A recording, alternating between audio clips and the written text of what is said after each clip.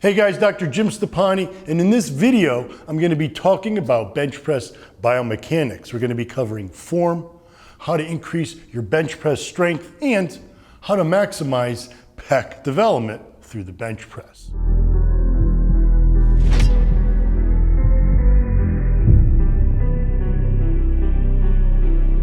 The very first thing you want to talk about when it comes to the bench press is your grip, right? That's where your force from your pecs and your arms is transferred to move the bar. If you don't have a strong grip on the bar, your strength is not going to be that great. Now, I'm a big proponent of using an open grip, also known as the suicide grip, because the thumb is on the same side as the fingers on the bar, which means, yes, the bar could roll out of your hands. However, there is a benefit to the open grip. Now, yes, the closed grip is the safest way to bench press, prevent the bar from falling out of your chest. Trust me when I say that using an open grip is the best way to maximize both your strength and chest development on the bench press. It all has to do with where the bar sits in the hand. When you use a closed grip, the bar sits higher on the hand, meaning closer to the fingers. That involves more wrist joint involvement. And the wrist is a weaker joint compared to the elbow and the shoulders.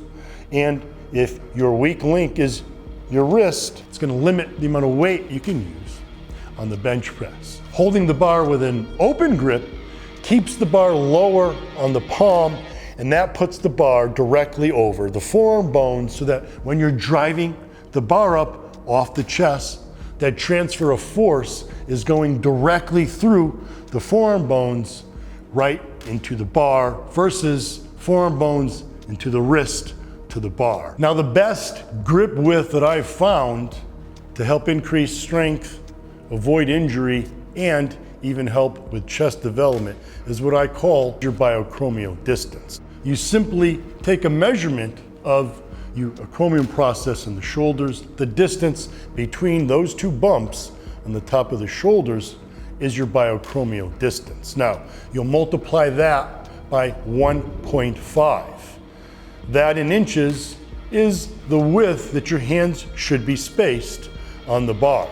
This will help to protect your shoulder joint from injury and also maximize your strength on the bench press. Plus, it'll also help you hit more of the upper pec muscle fibers. Now, the other thing you want to be concerned about with your grip is your elbow position. Now, here's where the injury happens.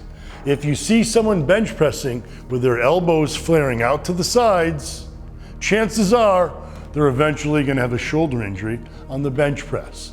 The last thing you want to be doing is bench pressing with your arms completely perpendicular to your torso.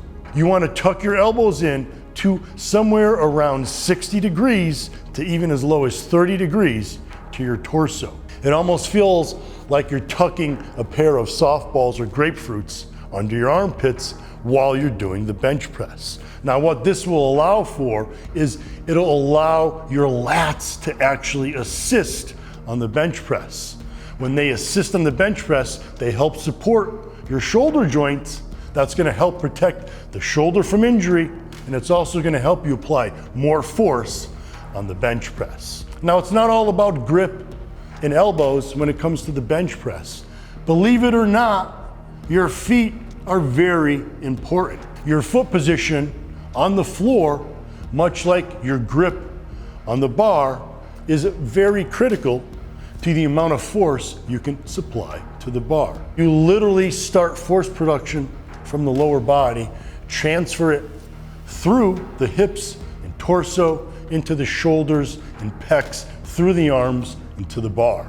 So, having a strong foot position is critical when you're lying down on the bench. Now, for bodybuilders who are mainly interested in maximizing chest development, keeping both feet flat on the floor is perfectly fine. However, for a power lifter who wants to maximize the amount that they can lift on the bar and not so much worried about pec development, they're actually going to get up on the balls of their feet. Here, the feet are pulled back more and are up on the balls of the feet. So you're pushing through the balls of the feet to transfer that force through the legs, the hips, into the torso, shoulders, and like I said, right to the bar. Now, the other thing you want to be concerned about are your glutes and your back. Your glutes should be flat on the bench with a slight arch in your back, and mainly your upper back and shoulders should be the only thing touching on the bench. Keeping your arch will help to protect your lower back, which you actually can injure on the bench press, and it'll help you maximize that transfer of force through the bar. Now, another thing we should talk about is bar path. When you're bringing the bar down to your chest, you want to be bringing it down to your lower pecs. The bar should fall somewhere between the bottom of your chest and your upper abs. If you're coming down to where your nipples are or higher, the bar is too high on your chest, that's going to cause the elbows to flare out too much, and that can risk shoulder injury.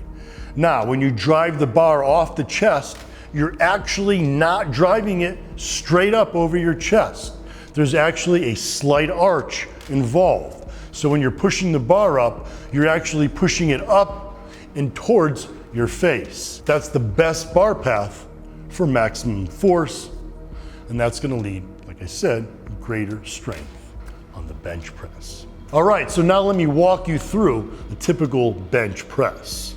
So you're going to lie down on the bench. Like I said, I'm going to demonstrate here a typical bodybuilding style bench press with feet flat on the floor. As I said, if you were a power lifter, you'd pull your feet back more and go up onto the balls of the feet. Now, my back is fairly flat on the bench.